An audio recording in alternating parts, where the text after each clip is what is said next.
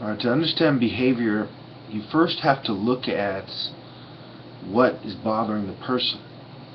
And it's never one thing, okay?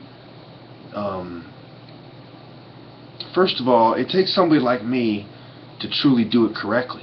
And there's not too many people like me who spend all day analyzing things and analyzing people. And, even the people that do, I mean, who are they? Psychiatrists? They're a bunch of they're out of touch, they don't understand, okay? They don't understand the different kinds of people.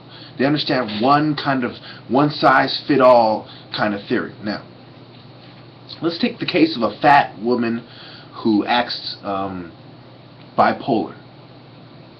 Okay, we'll call her Susie. Susie has a life where she's at home all the time and she does housework all the time and she's sad. Okay,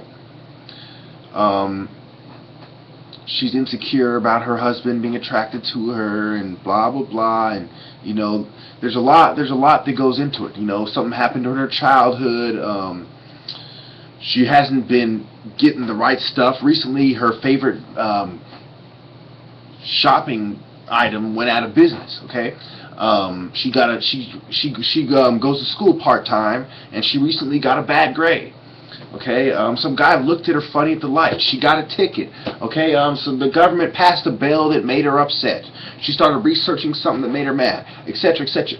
So as you look at all the things that go into the mood in the first place, because when you're talking about mood disorder, what are we talking about here? We're talking about how you feel, your mood. Now, how can these people be talking about behavior related to mood and not even consider all those little background stressors, all the things that make up what makes the person upset, and specifically how that would play out relative to their mind, body, and soul, their environment, their stage of mind, their maturity, so to speak, which is that's something that's very hard to judge, how mature somebody is. Like, to truly understand what's going on and to apply it in real time takes somebody like me, and even I would struggle to do it. If I spent 50 years studying psychiatry, 50 more years studying psychiatry, studying people, I would still struggle doing it. And I'm one of the smartest people on this planet. Now, what does that tell you about these old, out-of-touch people who don't even share the same culture as you? They practice cultural imperialism, and they had mental disorders like drapetomania. Why did drapetomania exist? Because the people they stigmatized and branded, the slaves, would want to run away. And slavery held up Southern society in the eyes of the white power structure. And there's a certain truth to that. We understand economics and socio-economics, political economics, etc. Now, what you see here is that the future of psychiatry is to truly understand the mind of the revolutionary and label his way of thinking delusion, his behaviors symptoms of a mental disorder, and anybody who sides with him at risk of a mental disorder. This is why the people who pioneered the genetic basis for mental disorders, and the people in psychiatry like William Wundt and etc., okay, B.F. Skinner, Pavlov, all these people, young, what did they do? They were looking at behavior modification. They had theories that people with mental disorders would inspire mental disorders in people around them. Why? Because revolutionary thinkers inspire revolutionary thought, and the emotional response to enlightenment is what follows, which is what? Mood swings. Man, it's so obvious what's going on here, okay? When you're a kung fu master and you're someone who went to 6 different high schools like me, you understand people like they don't understand people. I do.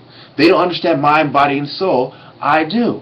They don't understand aggressive behaviors and personal philosophies. I do. These are the things I studied. Western philosophy, Eastern philosophy, African philosophy, gang philosophy, revolutionary philosophy, reactionary philosophy. This is who I am.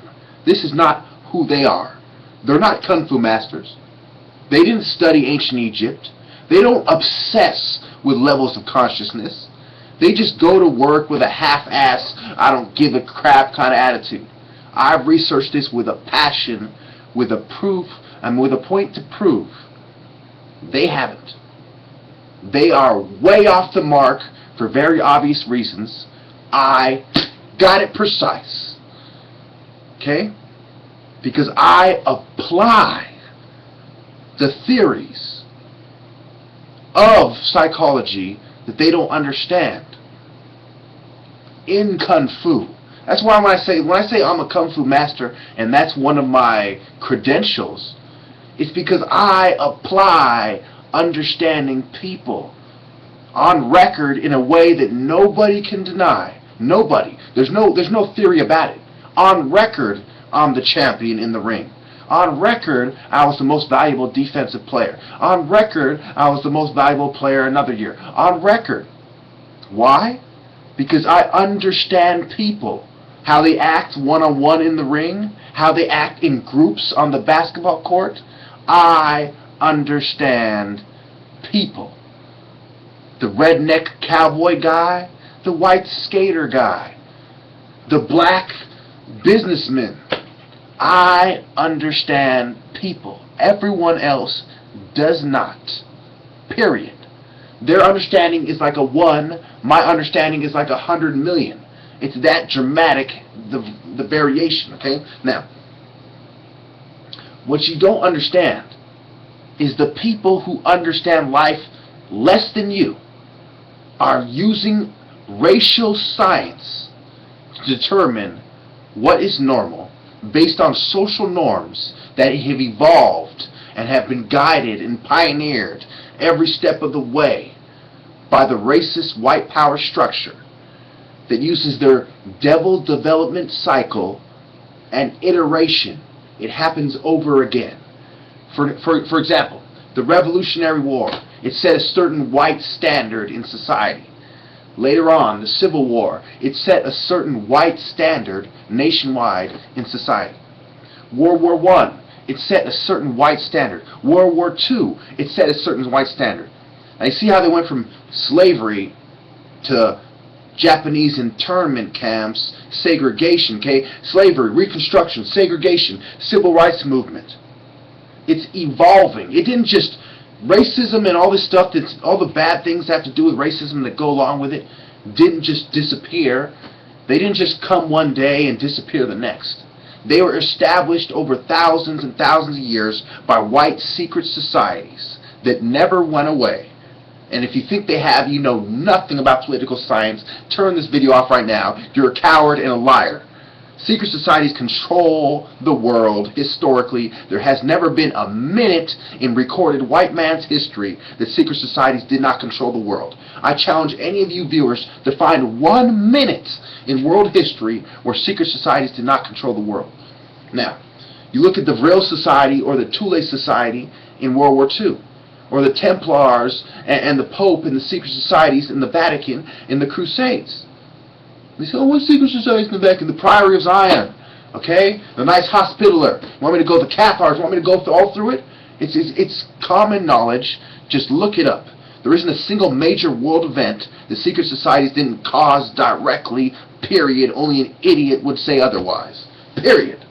Okay, even if you look at this war on terror, who caused the war on terror? Either the CIA, which all their scholars know, or if you want to believe the white devil story, Al-Qaeda. Either way, secret society caused the major world event, which ended up setting a global white Western standard based on Western cultural beliefs.